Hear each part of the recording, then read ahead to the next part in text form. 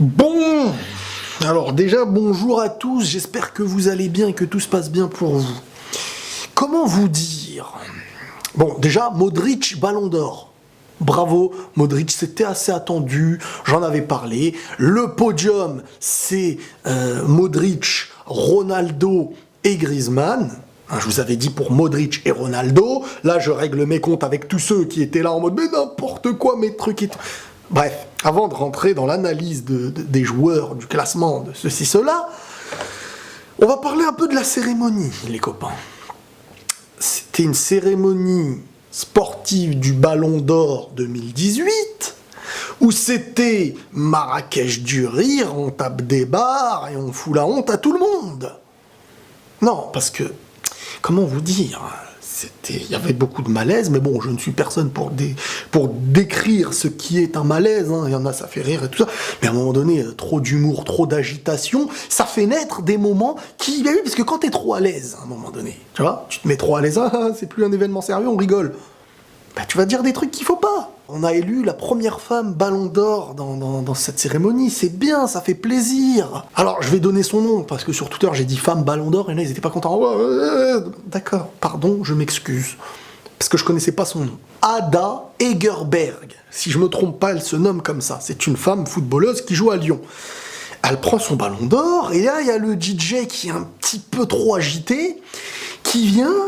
Et donc, tu vois, au début avec Mbappé, pour le trophée Copa, bravo Mbappé, qui vient et qui alors tu veux écouter truc, il lui met une petite musique, danse et tout, bon.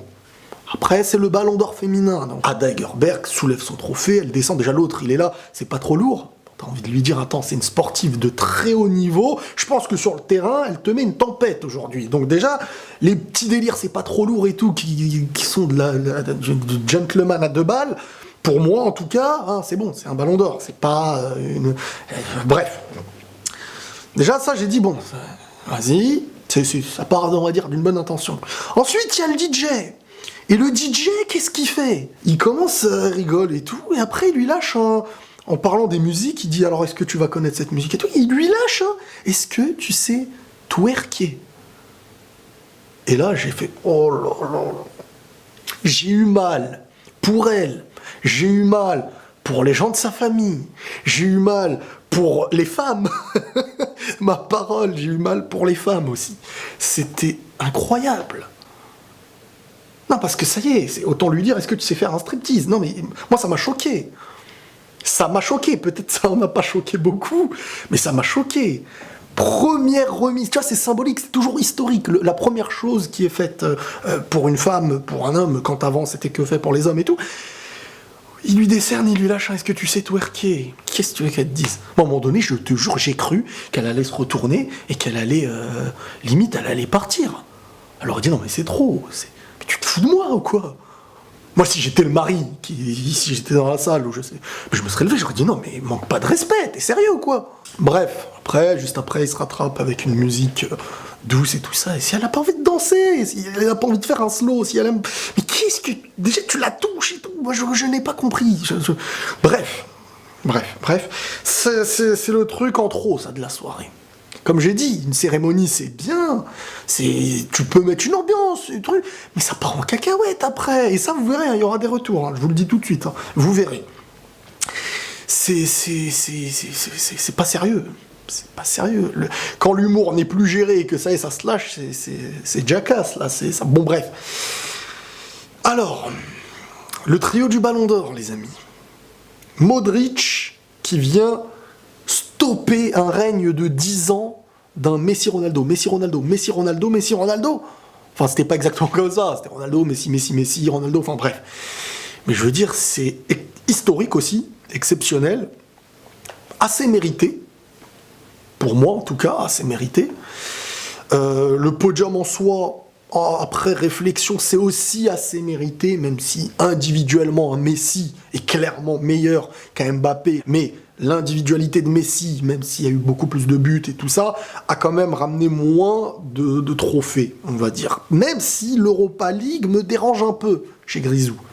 La Coupe du Monde, le problème de Griezmann, pour moi, dans la Coupe du Monde, c'est que Il est décisif avec beaucoup de pénaltys, mais les pénaltys restent une chose sérieuse à prendre en compte parce que tu peux en rater, c'est savoir prendre en main une équipe à un moment important, c'est vrai. Mais imaginons, hein, si les pénaux, c'était Giroud qui les avait tous mis, 3 ou 4 pénaux, je me rappelle même plus, il y en a eu combien.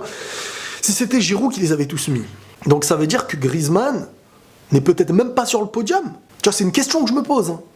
Ça se base sur ça en fait ou pas? Et donc c'est ça que je me demande. Il n'est pas élu le meilleur joueur de la Coupe du Monde, il sort de la Ligue des Champions, il fait pas sa meilleure Coupe du Monde individuellement, il a même été reproché, surtout à ses débuts de Coupe du Monde, parce que comme quoi peut-être il n'était pas assez frais vu qu'il a été loin avec la Coupe de l'Europa League.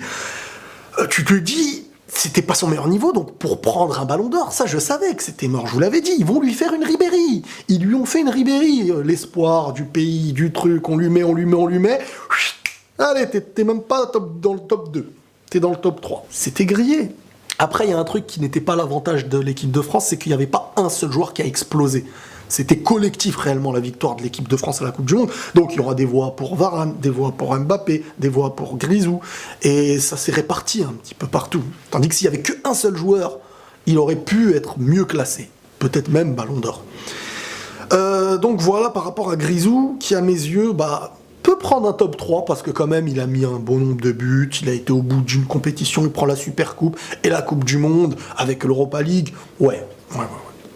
Mbappé, qui est meilleur que l'année dernière, hein, n'oubliez pas qu'il arrive en pro, il est 7e Ballon d'Or, l'année d'après il est 4e Ballon d'Or. C'est incroyable dans l'histoire ce qu'il fait.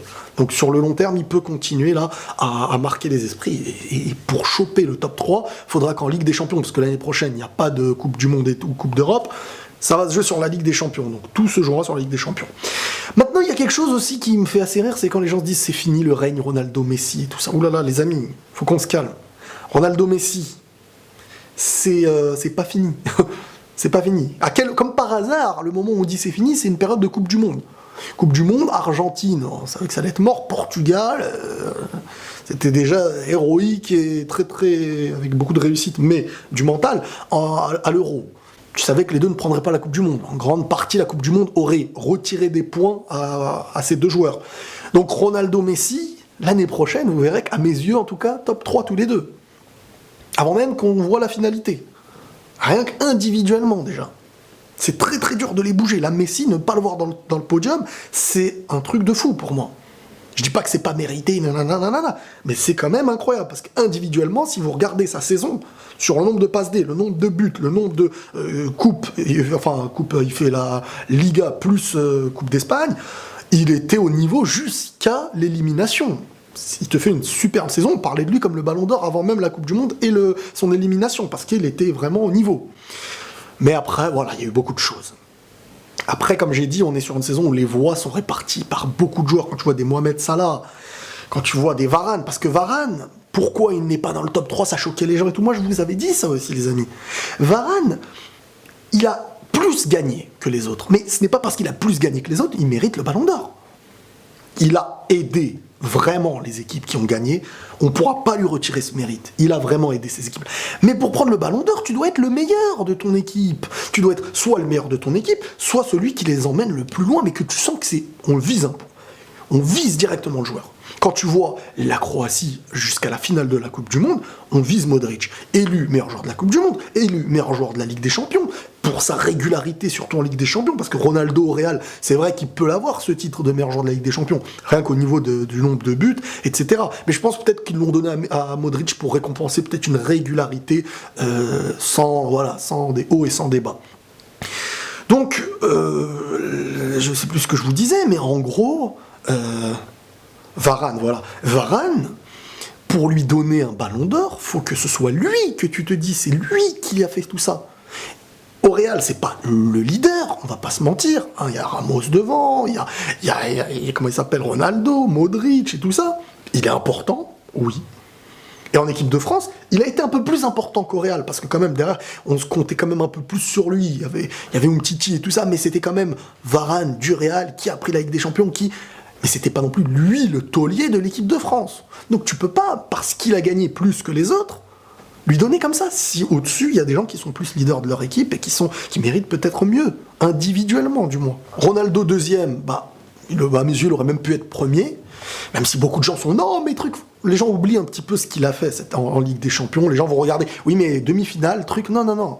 Regardez globalement déjà ce qu'il fait depuis plusieurs années en Ligue des Champions, son nombre de buts, dans quel moment, la beauté de certains buts, et il a porté son équipe. Hein. C'est lui qui a fait la différence dans les moments clés de plusieurs matchs. Mais si on regarde que ce qu'il n'y a pas, c'est comme pour Modric, les gens regardent, oui mais il fait pas un début de saison de fou. Oui, mais il fait une Coupe du Monde en finale avec la Croatie. Hein, oui, il n'est pas tout seul, mais c'est quand même le joueur. Il est élu meilleur joueur de la Coupe du Monde, meilleur joueur de la Ligue des Champions. Il gagne la Ligue des Champions pour la 3e fois de suite, avec une régularité sur les dernières années, étant comme l'un des meilleurs milieux de terrain du monde. Mais les gens vont dire, non, Modric, début de saison, il n'est pas au top. Ah donc tu lui retires un ballon d'or pour ça. Bah, dis-moi quelqu'un qui a été plus régulier que toute la saison que lui, et qui a pris ce qu'il a pris, qui a emmené une petite équipe en finale, Il y a beaucoup de choses, et puis bon, je suis pas journaliste, vous ne l'êtes pas non plus. Et voilà, il y a des faits, il y a des gens qui analysent, et on peut être d'accord, pas d'accord, mais venir dire c'est n'importe quoi, avec des bons arguments, si possible. Je m'attendais à pire dans la casse, parce qu'à un moment donné, avec les rumeurs qui à gauche et à droite, on annonçait des Mbappé, Varane et Griezmann dans le top 3. Là, ça m'avait choqué, même si j'aime bien les 3 joueurs. Mais voilà, faut un minimum de réalisme. Et ça va, on est sur quelque chose de truc. Mais par contre, ouais, la cérémonie, à revoir.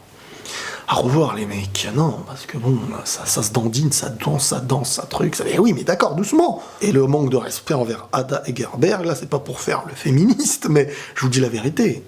Ça a été choquant à mes yeux. Voilà. Bon, bah, Modric Ballon d'Or à la Madrid, et ça fait plaisir de voir, c'est un peu de la nouveauté et tout ça, même si j'aurais aimé voir Ronaldo, qui à mes yeux le mérite, qui dépasserait Messi, mais c'est beau de voir un Messi-Ronaldo, boum, mais on les retrouve l'année prochaine, hein, je vous le dis tout de suite. Hein. Voilà les amis, hein, prenez tous soin de vous, et la paix sur vous.